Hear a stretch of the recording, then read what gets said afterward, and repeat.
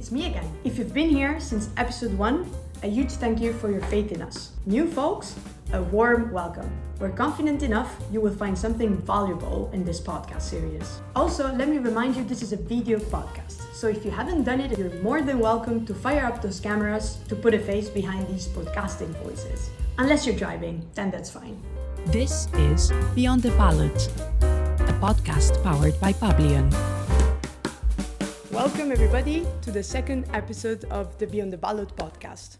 For all those that just tuned in for the first time, this is a podcast that aims at giving you the essentials to understand what is going on at the European level in this time of political shift, but it will also allow you to understand the global developments and events that are shaping the political dynamics. And we're trying to do that in just 15 minutes, so hopefully we'll hit the record today. And together with us, today we have a special guest, Viktoria Vajnai. Welcome. She is a managing partner at Publyon with more than 15 years of experience in European policy and a huge interest in geopolitical relations and competitiveness. But I'm sure that you can share a little bit more about your background and perhaps tell us how this passion began. Okay, thanks, Daniela. It's great to be here. I'm super honored to be featured in the second episode of this podcast of Publyon. Yes, I started like 15 years ago in EU public affairs. Back then it was like really like about EU policy. I started in aviation. And yeah, I've been here in Brussels for the past 12 years. Joined Publyon 7 years ago. Great journey, and it's super nice to see how EU policy is shaping in Brussels. And yeah, I think it's fair to say that what's coming ahead is going to be quite interesting.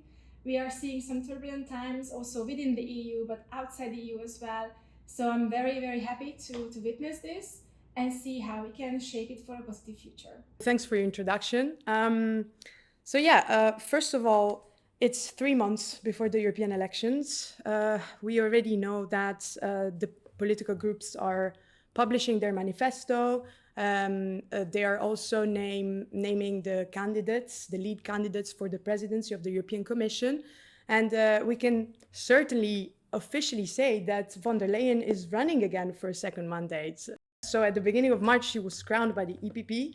It's an interesting situation because there have been tensions within her party, the European People's Party, when it comes to the Green Deal and the green policies and the burden this might have on the European industries. And indeed, during her speech, when she announced she would run again, she hardly mentioned anything related to decarbonization and net zero, but she focused a lot more on competitiveness and on strengthening Europeans' military defense. And I believe this is very much connected with what is happening globally. But what I would like to do with you is looking back at this term and see what has been done, but also what hasn't been done in terms of legislation and promises. So indeed, it's not a secret anymore. We know very much that Ursula von der Leyen is the lead candidate of the European People's Party. I think it's fair to say that how we see now the political groups performing according to the polls, she has a good chance to become the new president or the president of the European Commission. This is the first time, however, when she's actually campaigning, because the last time she was not the lead candidate. She was asked to step in, and yeah, she was in the right place in the right time. And indeed, her message about Green Deal, decarbonization, together with Frans Timmermans, that was extremely appealing, right? So all the companies and all the European member states were behind her. Let's do it, great, decarbonization, let's make the EU the first carbon neutral continent. But then COVID came, right? And of course that changed everything. Shift the paradigm. It was all about trying to keep the borders open, trying to keep the goods and services flow, people still connected, and then survive, of course, because how many people, tens of people died during the pandemic. So that was quite a challenging period. And in the emerge of the end of the pandemic, of course, that was a really good opportunity for her to revive the message about decarbonization, couple it with the digital transition as well, so they call it the twin transition. So it was all super good. However, we can see that a few years now, which it's been now 4 years, maybe they didn't do the right assessment about the impact of this legislation on businesses, about the competitiveness of the EU vis-a-vis the rest of the world. So you can go ahead, you can become the pioneer in decarbonization, but what does it mean for companies in terms of costs, in terms of the rest of the world? So that's what we see right now. And I think also indeed what you mentioned, that even within her own party, she's not fully supported, and even fellow commissioners are not supporting her and openly not supporting her. I think that is really paving the way, like what kind of new commission are we going to have? And in terms of indeed competitiveness, that's now the buzzword, alongside with military and defense preparedness for what is happening around us, investments, but it's all kind of contradictory. Like, how can you become sustainable if you have to invest, but then you don't have investments? How can you retain your competitiveness? So that's I think the million-dollar question everybody wants to answer.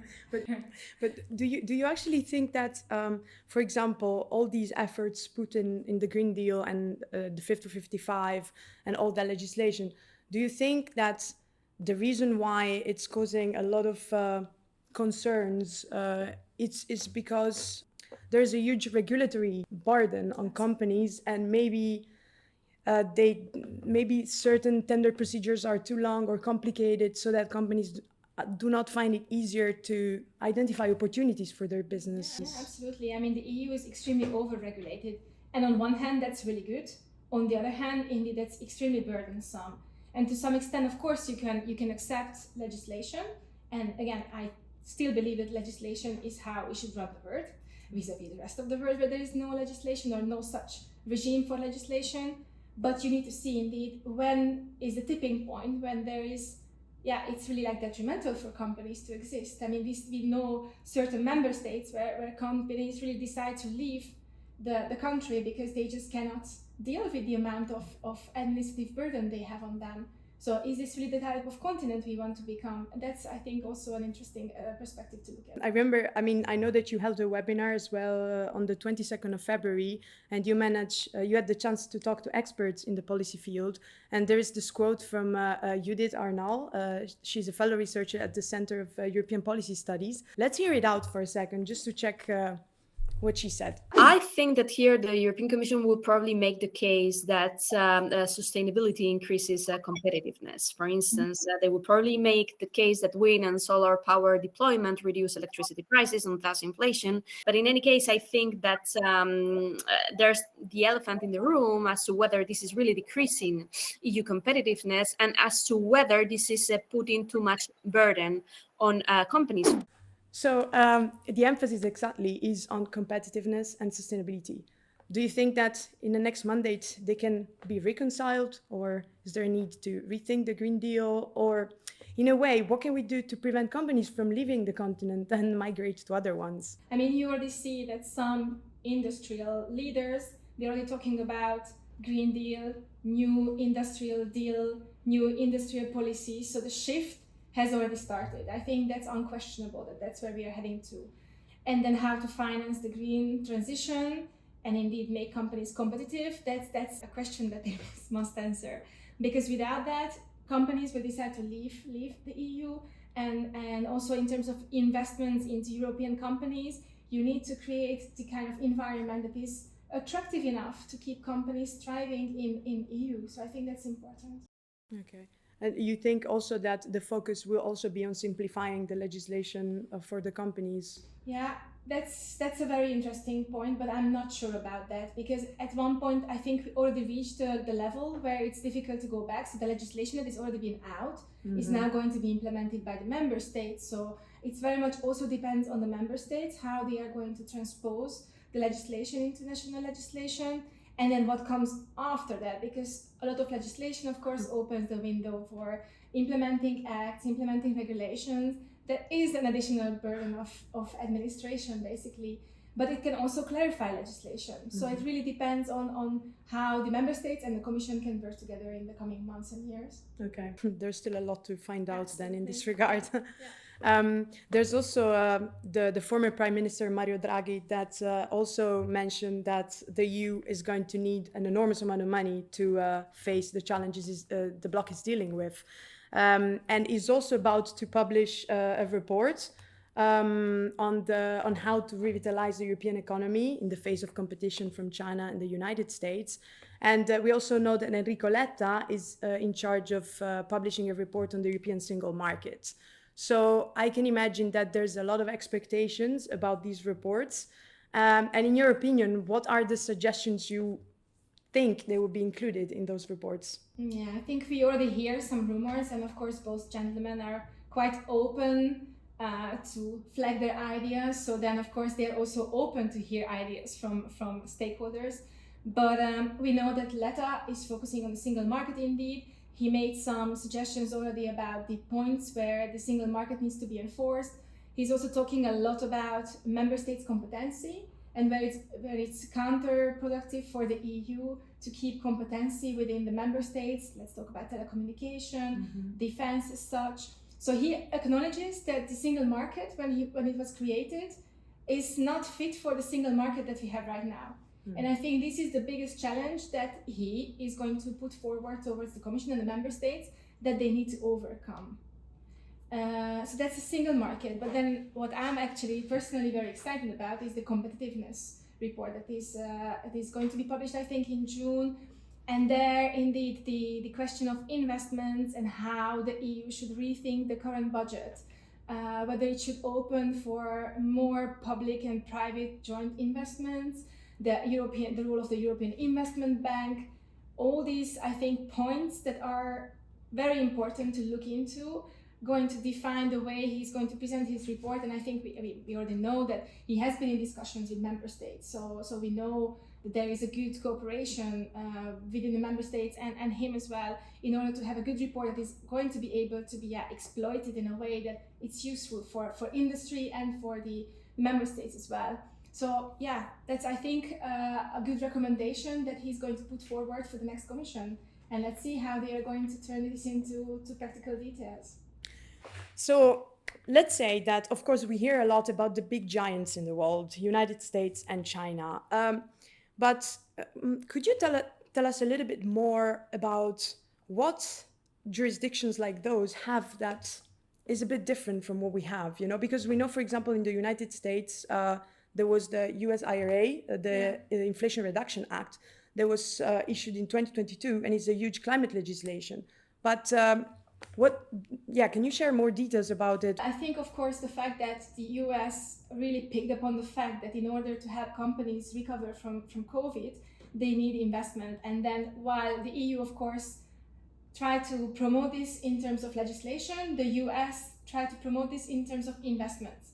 So I think that's a huge difference. And I think that's where we are definitely falling behind the US. US is right now a very weird situation. Of course, the elections are coming up in November.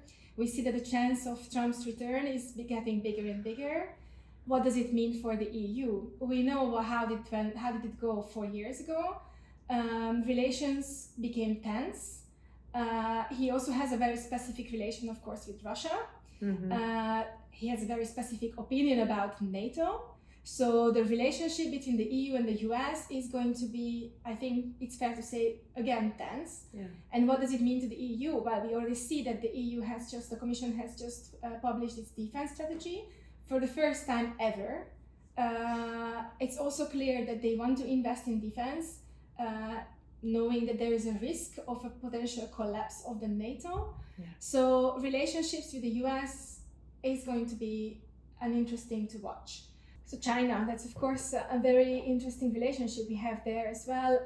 You have seen the EU making some efforts in trying to enforce the strategic autonomy of Europe and European industry. However, we don't know how the whole relationship, the triangle between US, EU and China is going to look like in the future.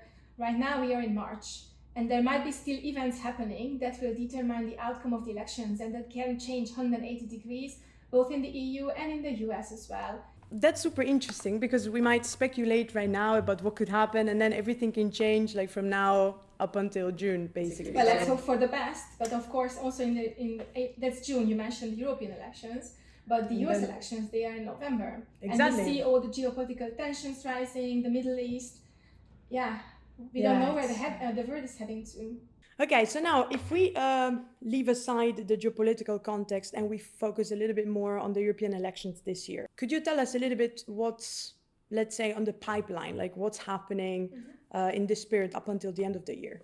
Okay, so if we look back how it was 5 years ago or 10 years ago, we had always the European Parliament elections in May.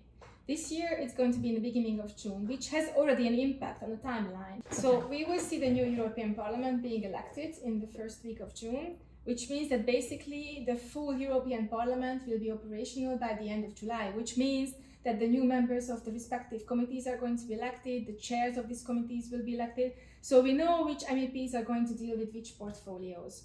Then they go on recess. At the same time, already in June, we know that the member states are going to also nominate their commissioner candidates. Basically, when the members of the parliament come back from the recess, September will be full swing, and then it's going to be extremely busy with all the hearings of the commissioner candidates by the respective committees. And what does it mean, the hearing process? So the hearing process is the moment where the members of the parliament come back from the recess, and there will be hearings of the new commissioner candidates. So each committee is going to question the new commissioner candidates, and they have to endorse them. So it's like an exam, basically. And that's also a really good moment for organizations to influence how the new commissioner is going to look like. They can submit questions to the members of the European Parliament, they can discuss it with them, what kind of questions they want to ask from these candidates. So we think we used it 5 years ago for our clients. This is a really good momentum to start the influencing. So from my understanding, they should start preparing already what is their, let's say, priorities to influence the next term, and then a couple of months before the hearing, like when do you think it's a good period? Of course, it's a tricky period right now, because before we had a lot more time as the parliament was entering into office earlier. And now the moment is basically the recess period, where you can start already engaging with members of the parliament who are on holidays, they are not really working. So that's, I think, going to pose a lot of challenges on organizations that really want to take up this activity, because the moment they come back from the recess, it's going to become a rat race. Everybody wants to get access to members of the European Parliament to indeed influence these questions. So let's see how that goes. That's going to be a busy period. And of course, there is no guarantee that the commissioner candidates are all going to be endorsed by the European Parliament, and they all need to be endorsed at the same time. So if one commissioner candidate falls out of the system, it has to be replaced. 5 years ago, it also meant, for example, that they had to reshuffle the portfolios. So it all delays the whole process. The commission can only be adopted at once. Wow. So normally it should be before the 1st of December. So it could also be next year. My personal opinion is that it could take more time. So it might be beginning of 2025 when we have a new commission in place. Yeah. I think to conclude the episode a little bit, I just would like to touch upon something that we're witnessing, because there is a general trend in European citizens to vote for right-wing governments. So I think at the moment, of course, the parties at the center, so the EPP and the SD, are still the biggest political groups. But then parties that are a little bit leaning towards the right side of the spectrum, like ECR or ID, are gaining momentum. So there might be a major right-wing component in the European Parliament's composition. Which kind of impact do you think this would have on businesses trying to influence legislation? So it's a very interesting observation, and indeed this is what we are witnessing at the moment. It's also the first time in the history that we will only have 4 member states in the EU led by socialist parties, which means there will be only 4 socialist commissioners in the future. That's quite striking. Yeah. But certainly the far right and the more radical parties' emergence is going to pose challenges also in the way EU legislation is going to be adopted and the whole legislative process. We see certain political groups that are against legislation, so they might block legislation. Sustainability legislation is going to be for sure more difficult to pass. So I think an issue-based coalition, which we will see, is very likely within the EPP, SND, Renew, and eventually with ECR and other political groups. Then let's see how it goes, how Yes. these elections goes, I Yeah. would say. We got until the end of this episode.